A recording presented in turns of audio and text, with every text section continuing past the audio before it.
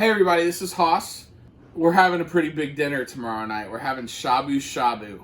Now, if you don't know what that is, think meat fondue. Now, we don't use cheese. We don't use anything like that. We take ribeye and we cut it really, really thin. And we have a pot of really, really hot butter that we take that thin steak, dip it in the butter for a few seconds. That will actually cook it. And then we eat it right that way. I'm very excited. I've never had it before. But in order for me to do this, I need to sharpen my knives. So I purchased this kit a while ago. I've used it once or twice. I hate sharpening knives. It's just such a tedious task, and it can take forever. I have a habit of letting knives get dangerously dull before I sharpen it. So I'm going to show you how this set works. I'll give you my thoughts on this set. Just kind of let you know how well this set does. Let me put down my Christmas on Crestline koozie. So this is the Lansky sharpening system. Eventually I want to get a work sharp, but those are kind of pricey. This costs, $40-50 in total. Maybe a little bit more because I've added to it. You can find them on sale anywhere from $20. Sometimes they're $80. It really all depends on where you buy it and what time of year you buy it. I've actually given 2 of these away as gifts. So when you get this, I'm going to go ahead and take this one off. It will come with, now remember, I got the 4. They do have a 3 and they have a 5 hone kit. So this has a serrated hone. That's what the triangle's for, so you can rock it. Now, I'm not going to be sharpening any serrated knives today. All mine are pretty good, typically because with my steaks, I like a non-serrated knife, so they don't get used very often. It'll also come with a coarse hone, a medium hone, a fine hone, and then also the 4 rods, and some honing oil as well. Just make sure you keep your hones clean and you're good to go. Now, additionally, I purchased a ultra fine or ceramic hone and a leather strop hone. Now, I'm not going to be using the strop because I don't have any stropping compound. Once I get some, I'll put a polish to them. But the ultra fine gets it pretty good. They do have an extra coarse if you have a really, really bad edge that you just need to start almost from straight steel. I don't have that one. I may get it in the future, but like I had a meat cleaver that I sharpened today that I had to go over a lot with this coarse one. And then also, I forgot to mention, what comes in the kit when you buy it is this clamp. Now, the first time I used this clamp, I worked way too hard. I was using like baskets and it's not a C clamp, but the bar clamps with the quick close on there to hold this in. And then when I needed to switch the knife, I was having to take this apart and flip the knife over, and it was just way too difficult. So once I did some more research, because who reads instructions, right? I was just going based off what I saw. Once I did some research and even read the instructions, a lot of people will use this just holding it. I found it's easier for me if it's set up. So I did purchase this clamp. It's like $10 for this clamp. They also make a base plate that uses this here. So if you want to attach it to a workbench or something, you can. And the way this is set up, I can have it clamped that way or this way.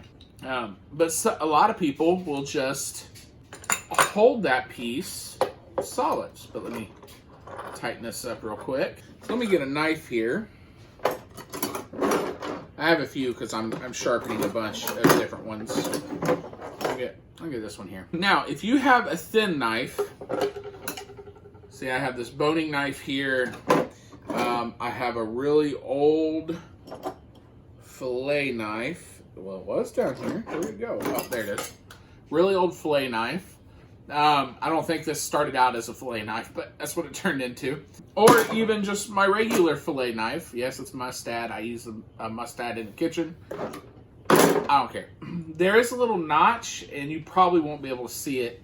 In person you can. There's a little notch that's where the knife sets. So it's holding it very tight right there. Typically, this clamp will hold up to 4-inch knife. So you're going to want to put the knife in anywhere from 1/4 to 1/2 of the blade. Now, one thing I learned, because I was not getting a very sharp result, I was trying to take the whole knife all at once. And once you tighten down that screw, it's a slotted, so you can use a dime. I probably over tighten it just a hair. Oh no. But if I don't, that happens. So you tighten this first screw, and then there's a thumb screw. You tighten that, and that just kind of tightens it just a little bit more. So you put it on the first quarter or first half. And what I was doing, the first knife I sharpened today, it wasn't this one, but it was a chef's knife like this.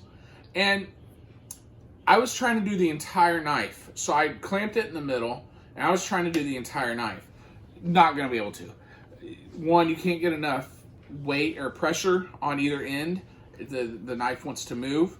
And you're doing way too long of a stroke. You do not want to sharpen it this way.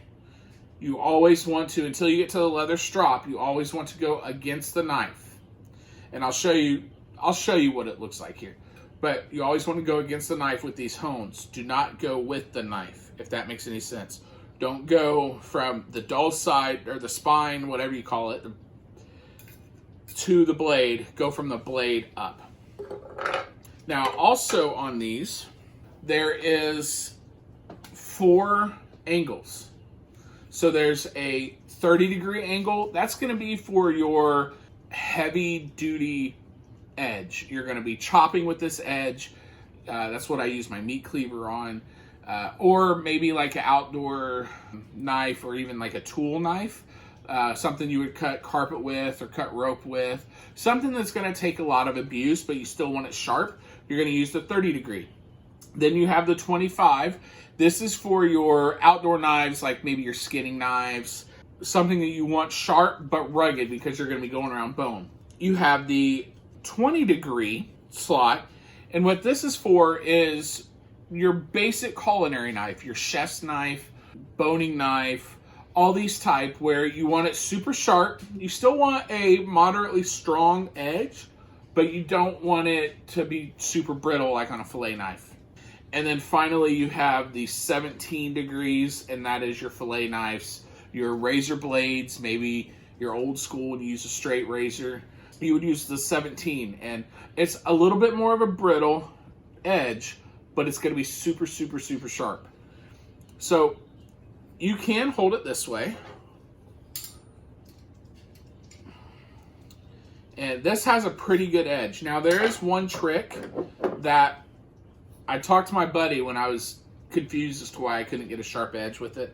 He said through his research, he found if you take a Sharpie and just on the bevel, you color just on the bevel, that will let you know if you're taking any knife off and if you're taking it off square or solid. So you're at the right angle. So you would hold it. Sorry.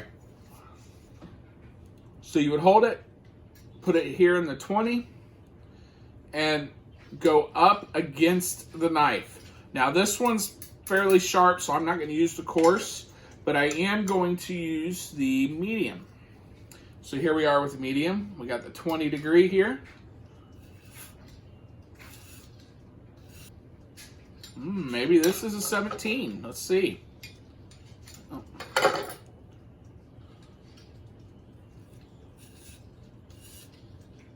Yeah, this is at a 17. So I have found the 17. It's a little tough with the thumb screw here. So what you can do, if the thumb screw is too big, it does come with, and of course it's a flathead, I hate flathead. I don't know why we still use flatheads. I mean, we're not making all of our screws by a blacksmith anymore.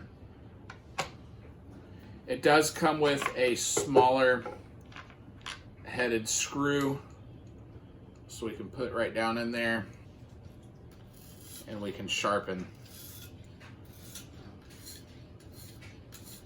And you're going to do this 6 to 10 times per section. I would try to stay away from just keeping it in one spot and then move over a little bit. You want to swipe it up just a little bit. Now, if you have a really big knife, you're going to want to put the clamp 2 finger widths here, then put the clamp, and you're going to sharpen 2 finger widths past the clamp. Then you're going to move it over, the clamp over, and do the same thing. There will be a little bit of a gap on the really big knives. This is a pretty big chef's knife. There'll be a little bit of a gap. You can still hit it with the hone without issue. So, the first time I made this video, because I tried to make it when I first purchased this set to give you my reaction, I didn't think it was fair to be like, this doesn't work, because I didn't know how to use it. Now I know how to use it, and I can make a really sharp knife just with what I have right here when it's time to put a new one on. So we have it set like this, and then we set this on the table. We make sure everything is straight and it's flat all the way across, and then we can tighten it down. And that's how we set up our hones. And so once we get this side done, we can flip it over and sharpen this other side. This is a really good budget knife sharpening set. I'm going to be using it quite a bit longer tonight. I have quite a few more here. I did have a serrated, I forgot. This is an old set we got at our wedding, so I will be sharpening this.